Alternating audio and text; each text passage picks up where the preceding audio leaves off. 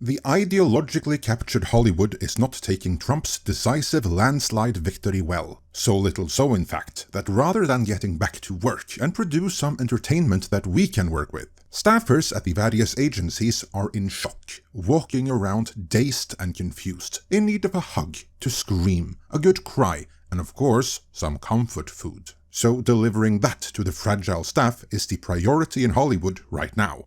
Let's dive in.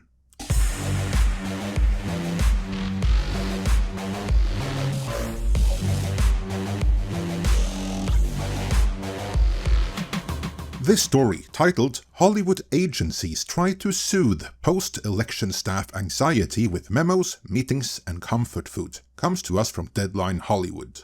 Yes, that would be the same publication that on the day of the election, but before the polls closed. So they genuinely thought Kamala was heading for victory, declared Joe Rogan and Elon Musk the big media losers of the election, and Mark Cuban, Rachel Maddow and hard-hitting journalist Charlamagne the God the big media winners. Obviously, that article did not age well, seeing as outside of Team Trump, Joe Rogan and Elon Musk are the biggest winners here, and for the same reason that article aged like fine milk in the Sahara Desert. We're now getting this article, dealing with the shock and anguish that so many in Hollywood feel, because being in a bubble where no diversity of thought is allowed, they did not see this coming. The story reads, Wednesday was a difficult day in Hollywood as people in an industry that predominantly backed Kamala Harris in the 2024 election, working in a state that Harris carried by 20%, had to come to grips with the idea of another 4 years under President Donald Trump. There was virtually no conversation in Hollywood today, for this was the day after the election, that did not start with people sharing their emotions after Trump's sweeping victory. This, of course, is coming from people that have a fixed therapist on standby if they break a nail or something. So yeah, after that shock, tears flowed, and emotions needed sharing. The article continues. The hardship was not lost on some employers, mostly the Hollywood talent agencies. The major media companies largely refrained from internal communication about the elections. Apple CEO Tim Cook and Amazon founder, executive chairman and Washington Post owner Jeff Bezos were rare top executives of companies with major media holdings to come out and publicly congratulate Trump this morning. Meanwhile, multiple agencies have acknowledged the emotional toll the outcome from the election has had on their employees. And while the article doesn't state this, a big part of the reason for that is that the key decision makers at these companies are probably heartbroken as well, and probably much more so than the rank and file, as they've had more time to get indoctrinated, and will have donated much more to the Democrat Party over the course of their careers. The article continues, WME had addressed a lot of that in division meetings on Monday, with division leaders continuing to talk to staff individually on an informal basis. Yeah, the majority of the American population giving Trump the popular mandate to carry out his policies was most traumatizing for them. UTA CEO Jeremy Zimmer and the Verve leadership sent out internal memos Wednesday, copies of which were obtained by Deadline. That memo reads, last night's result was a very tough outcome for many who feel angry, scared and disenfranchised, Zimmer wrote. While recognizing that a lot of others feel very differently, as the results reflect, discussions about understanding the other side are for another time. Just how condescending is that language? They just othered the majority of the American population. A majority that they tacitly admitted that they do not understand, and won't even try today because they're in too much pain. These are the words of indoctrinated cultists.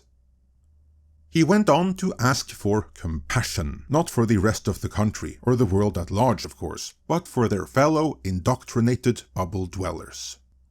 Today, our challenge is to be there for each other, supporting those among us who feel particularly vulnerable. But why the hell would any of you be vulnerable? You're still in Gavin Newsom's self-declared freedom state. You can have all the abortions and gender surgeries you want, and you can still continue to have them under Newsom. Anyway, the letter continues. And as always, do our best for our family, friends, and clients, he said, adding, let's give comfort and support where it's needed and continue to aspire for a country that can include more, support more, and solve for the struggles of all Americans. I'm curious, does that include the other Americans that you just said that you're not even going to try to understand? Anyway, moving on. The email from the Verve leadership also acknowledged that elections are stressful. However you feel today is okay. Keep doing your best, and remember, we are creatives, they wrote. Whether we are agents, aspiring writers, budding producers, or hopeful development executives, we share a passion and belief in storytelling. To pursue a creative life demands optimism in the future. Creativity is a steady march toward understanding the world around us.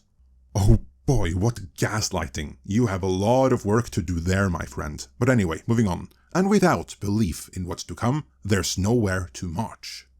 They later added, regardless of how you feel about the results of today's election, you will always have hope and your community around you, ending the memo with, stay strong, stay together, stay hopeful.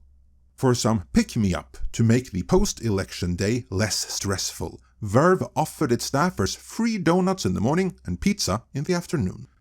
I'm surprised they didn't offer an on-site therapist.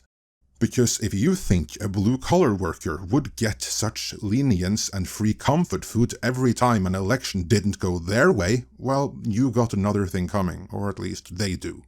This kind of care over an election result is exclusive to the Hollywood bubble, and it is indeed a bubble, one whose values and worldview is different from not just the nation at large, but the world at large.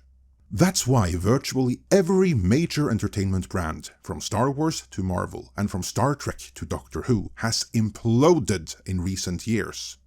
The values, messaging and worldview the indoctrinated Hollywood bubble dwellers see as virtuous and have infused into pretty much anything the last few years are seen as annoying at best and abhorrent at worst, literally everywhere else.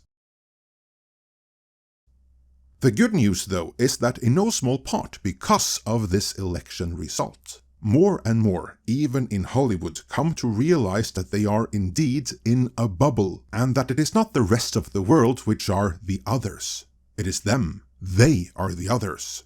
And realizing that they are the ones in a bubble, and that the reason they're going broke is because the content they thought virtuous is actually seen as abhorrent in the entire rest of the world, is the first step in making some meaningful change. More on that in the next video. For now though, are you relieved that the Hollywood agencies treat their staffers' TDS so seriously that much sympathy is provided and comfort food is handed out? Or should they just move on and do their jobs like everyone else? Let me know your thoughts in the comments.